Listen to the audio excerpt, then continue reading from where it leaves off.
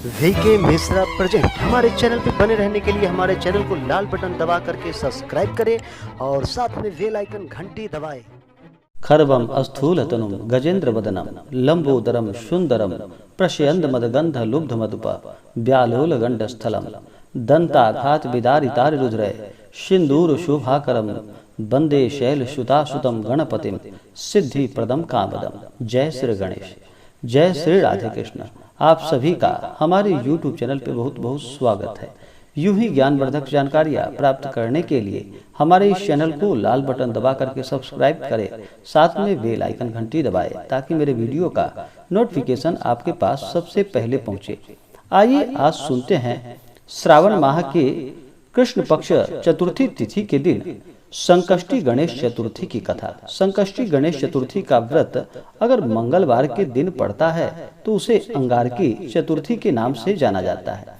जो भी जातक सच्ची श्रद्धा के साथ, नियम व निष्ठा के साथ संकष्टी गणेश चतुर्थी का व्रत करते हैं या कथा श्रवण करते हैं, भगवान गणेश की कृपा से उनके सभी कार्य सिद्ध होते हैं और सभी प्रकार के सुख समृद्धि की प्राप्ति होती है तथा सभी संकट दूर होते हैं, विघ्नों का नाश होता है।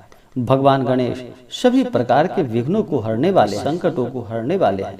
माता पार्वती और भगवान भोलेनाथ के पुत्र भगवान गणेश को पूरे संसार में प्रथम पूजनीय का स्थान प्राप्त है। कोई भी मंगल कार्य हो या शुभ कार्य हो, सबसे पहले भगवान गणेश का ही पूजन किया जाता है। इस बार संकष्टी गणेश चतुर्थी का व्रत 27 जुलाई 2021 दिन मंगलवार को पड़ रहा है। तो आइए सुनते हैं संकष्टी गणेश चतुर्थी की कथा। तो बोलिए प्रेम से भगवान गणेश की जय। बहुत समय पहले की बात है कि एक बार भगवान विष्णु का विवाह माता लक्ष्मी के साथ निश्चित हो गया। विवाह की तैयारी होने लगी। सभी देवताओं को निमंत्रण भेजा गया, परंतु भगवान गणेश जी को निमंत्रण नहीं दिया गया। कारण चाहे जो भी रहा हो, अब भगवान विष्णु की बारात जाने का समय आ गया। सभी देवता अपनी पत्नियों के साथ विवाह समारोह में आ गए। उन सब ने देखा कि गणेश जी कहीं दिखाई नहीं दे रहे हैं। तब वे आपस में सभी मिलकर चर्चा करने लगे कि क्या गणेश जी को न्योता नहीं दिया गया या स्वयं भगवान गणेश जी ही यहाँ नहीं आना चाहते। सभी को इस बात पर आश्चर्य होने लगा। तभी सबने विचार किया कि विष्णु भगवान से ही इसका कारण पूछा जाए कि आखिर क्या बात है। भगवान विष्णु से पूछने पर भगवान विष्णु ने कहा कि हमने गणेश जी के पिता भगवान भोलेनाथ महादेव को न्योता भेजा है। यदि गणेश जी अपने पिता के साथ आना चाहते हो तो आ जाएं। अलग से न्योता देने की कोई आवश्यकता नहीं है। दूसरी बात यह है कि उनको 1.25 मन मूंग, 1.25 मन चावल, 1.25 मन घी और 1.25 मन लड्डू का भोजन दिन भर में चाहिए। यदि गणेश जी नहीं आएंगे तो कोई बात नहीं, दूसरे के घर जाकर इतना सारा खाना पीना भी अच्छा नहीं लगता। इतनी वार्ता कर ही रहे थे कि किसी ने एक सुझाव दिया, अगर गणेश जी आ भी जाएं तो उनको द्वारपाल बनाकर बैठा देंगे कि आप घर की देखभाली करना। आप तो चूहे पर बैठकर धीरे धीरे चलोगे तो बारात से बहुत पीछे रह जाओगे। यह सुझाव भी सभी को पसंद आ गया, तो भगवान विष्णु ने भी अपनी सहमति दे दी। फिर होना क्या था, इतने में भगवान गणेश जी वहां आ पहुंचे और फिर सबों ने उन्हें समझा बुझाकर घर की रखवाली करने के लिए बैठा दिया।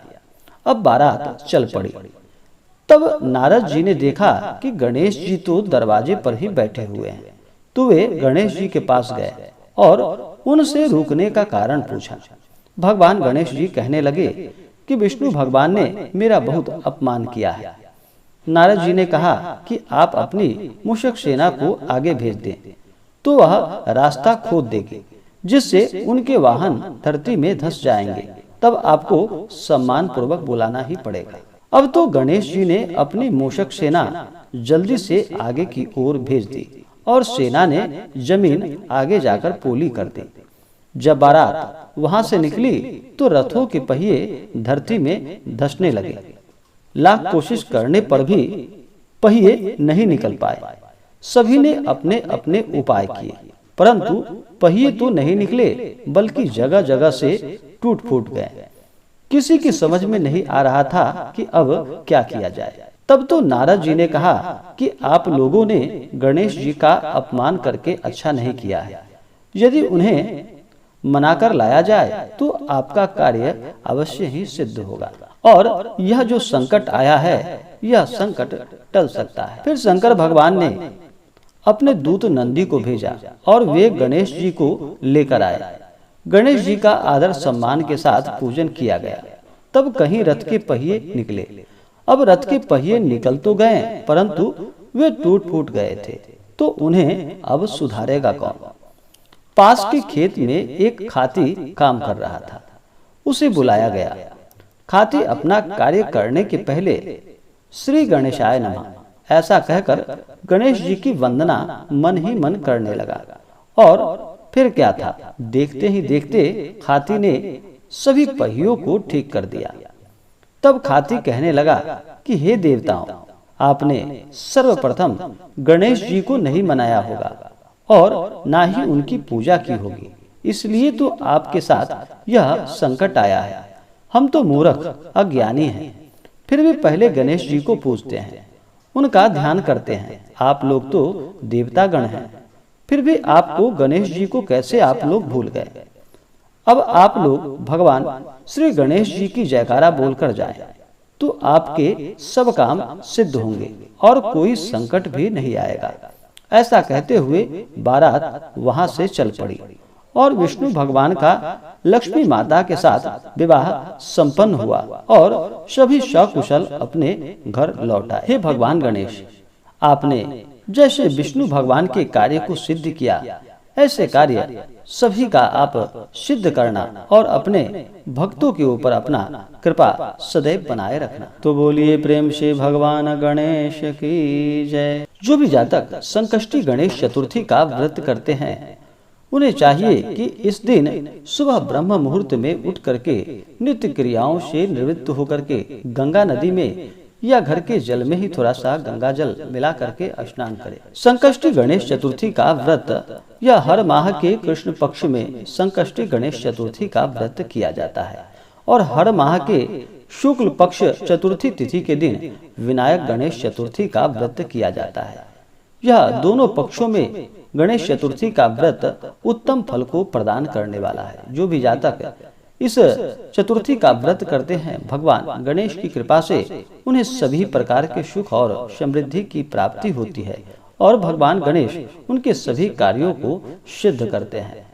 संकष्टी गणेश चतुर्थी के दिन भगवान गणेश और साथ में माता दुर्गा का भी पूजन किया जाता है।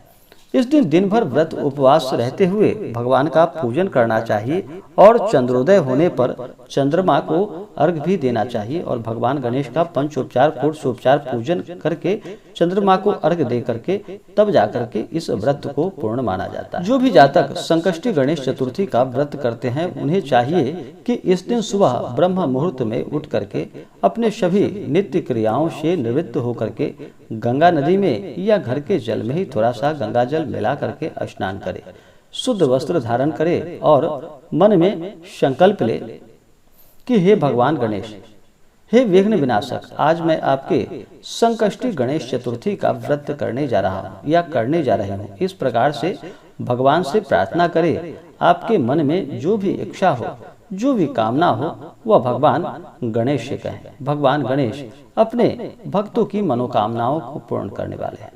उसके बाद भगवान का सुबह और शाम के वक्त पूजन करें। विशेष करके जब चंद्रमा उदित होते हैं, उससे कुछ समय पूर्व ही भगवान गणेश का पूजन करें, तब जाकर के चंद्रमा को फिर अर्घ प्रदान करें। गणेश जी के पूजन के लिए एक अच्छा सा जगह ले, उस जगह को अच्छे से पवित्र करके वहाँ एक चौकी लगाए, चौकी को अच्छे से सजाएं और वहाँ पर लाल कपड़ा या पीला कपड़ा बिछा करके भगवान गणेश जी और माता दुर्गा का प्रतिमा या फोटो रख करके पूरे विधि विधान के साथ पंचोपचार या षोडशोपचार पूजन विधि के द्वारा भगवान गणेश का पूजन करें। भगवान गणेश को इस दिन सबसे पहले तो उनका जल से उनको स्नान कराएं, उनके ऊपर पंचामृत चढ़ाएं, फिर शुद्ध गंगा जल भगवान को अर्पित करें। इसके बाद भगवान गणेश को वस्त्र चढ़ाएं, यज्ञोपवीत चढ़ाएं, अक्षत, चंदन, पुष्पों की माला भगवान गणेश को अर्पित करें। भगवान गणेश को सिंदूर अति प्रिय है तो उन्हें सिंदूर चढ़ाएं।